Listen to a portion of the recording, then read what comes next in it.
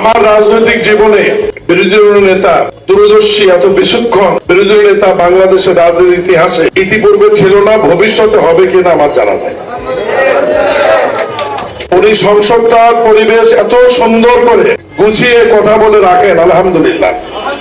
এবং সেই কারণেই ট্রেজারি বেঞ্চ এবং বিরোধী দল আমরা মিলেমিশে আইন পাশ বলেন, সংসদে তর্ক বিতর্ক বলেন, যাই হোক না কেন, সব শেষে ওনার কারণে একটা সুন্দর পরিবেশ নিয়ে আমরা সংসদ থেকে বের হয়ে আসতে পারি। আমি ওনাকে এই কারণেই দূরদর্শী বললাম যে উনি ওনার বাজেট বক্তৃতায় ওনার এই নির্বাচনী এলাকার সকল দায়িত্বটি উনি সুন্দরভাবে মাননীয় প্রধানমন্ত্রীর উপর ছেড়ে দিয়েছেন। উনি বলেছেন যে আমি বিরোধী দলের নেতা হিসাবে আমার অনেক দায়িত্ব, অনেক কাজ, আমার নির্বাচন এলাকার দায়িত্বটা আমি মাননীয় প্রধানমন্ত্রীর উপর ছেড়ে দিলাম।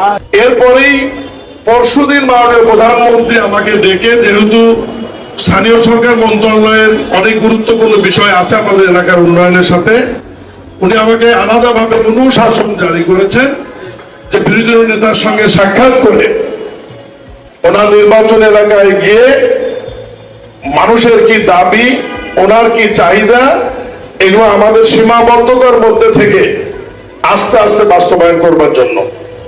এবং আমি ওনার সাথে পরশুদিন সাক্ষাৎ করেছি, উনি আজকে আমাদেরকে সময় দিয়েছেন। আমি কিন্তু ফুল টিম নিয়ে এখানে